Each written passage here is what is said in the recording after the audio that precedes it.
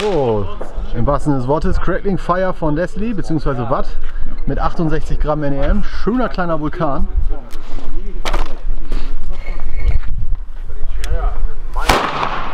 Geht los! Bin mal gespannt.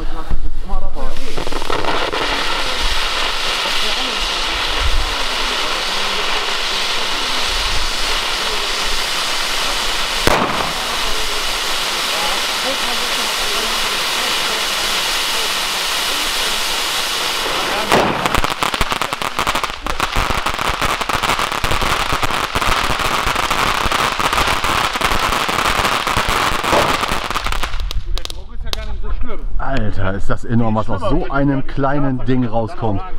Junge, was ein Effekt. So ein kleines Teil. Unglaublich. Das Ding lohnt sich wirklich. Watt oder Red Leslie.